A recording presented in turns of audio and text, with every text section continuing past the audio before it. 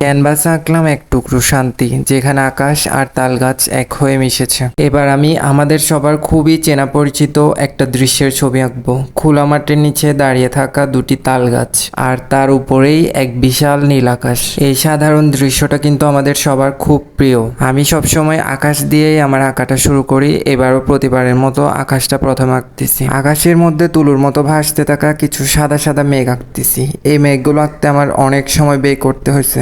মেঘেদের এই দলটা যেন গল্প করতে করতে ভেসে যাচ্ছে, আর তার নিচে আঁকবো সবুজ মাঠ। ছবিতে দূরের গাছগুলো যোগ করতেছি। একটু খেয়াল করলে দেখবেন গাছগুলো আকারে ছোট এবং একটু দূরে, যার কারণে এগুলোর মধ্যে আমি তেমন ডিটেলিং করতেছি না। দূরত্বের কারণে এগুলোতে খুব বেশি ডিটেলস দেওয়ার প্রয়োজন নেই। অনেক সময় এমন ছোট ছোট অংশ দেখে অনেকে ভাবেন আরে এটা তো খুব সোজা, কিন্তু প্রতিটা অংশকে জীবন্ত করে তোলার জন্য ঠিক কতটা সময় দিতে হয় এটা একজন শিল্পী ভালো জানেন। হালকা বাতাসে যখন ঘাসগুলো দুলতে থাকে তখন সে দৃশ্যটা দেখতে কি যে ভালো লাগে। রং তুলির মাধ্যমে সেই অনুভূতিটাই ধরতে চাইছি। এবার আমি মাঠের মধ্যে সবুজ কিছু ঘাস ফুটিয়ে তুলতেছি। ঘাসের এই ছোট ছোট রেখাগুলো আসলে প্রকৃতির এক নীরব ছন্দ। যখন বাতাস বয়ে যায় ঘাসগুলো তার তালে তালে নেচে ওঠে। বাতাস যখন এই ঘাসগুলোর উপর দিয়ে যায় তখন এক অসাধারণ শব্দ হয়। সেই শব্দটা কান পেতে শোনার এক অন্যরকম অনুভূতি। একটা একটা করে সবগুলো ঘাস আমি এঁকে ফেলছি। এখানে কাজ করাও প্রায় শেষ।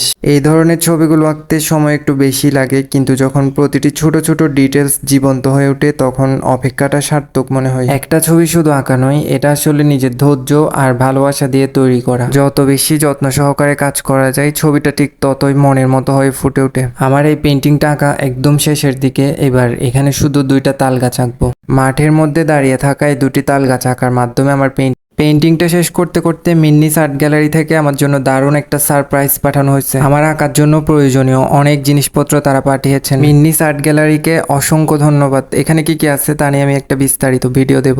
এই দুটি তাল গাছই যেন এই ছবির মূল প্রাণ। কত ঝড় বৃষ্টি রোদ এদের মাথার উপর দিয়ে বয়ে গেছে, কিন্তু তারা আজও মাথা উঁচু করে দাঁড়িয়ে আছে। সূর্যোদয় থেকে সূর্যাস্ত পর্যন্ত এই তাল গাছগুলো ভিন্ন ভিন্ন রূপে ধরা দেয়। সকালে যখন প্রথম রোদ এসে তাদের পাতায় লাগে আর সন্ধ্যায় যখন তাদের ছায়া দীর্ঘ হয় তখন এক অন্যরকম সৌন্দর্য তৈরি হয়। তাল গাছের এই পেন্টিংটি আপনাদের কেমন লাগছে জানাতে পারেন, আর যদি ভালো লেগে থাকে অবশ্যই শেয়ার করে দিন।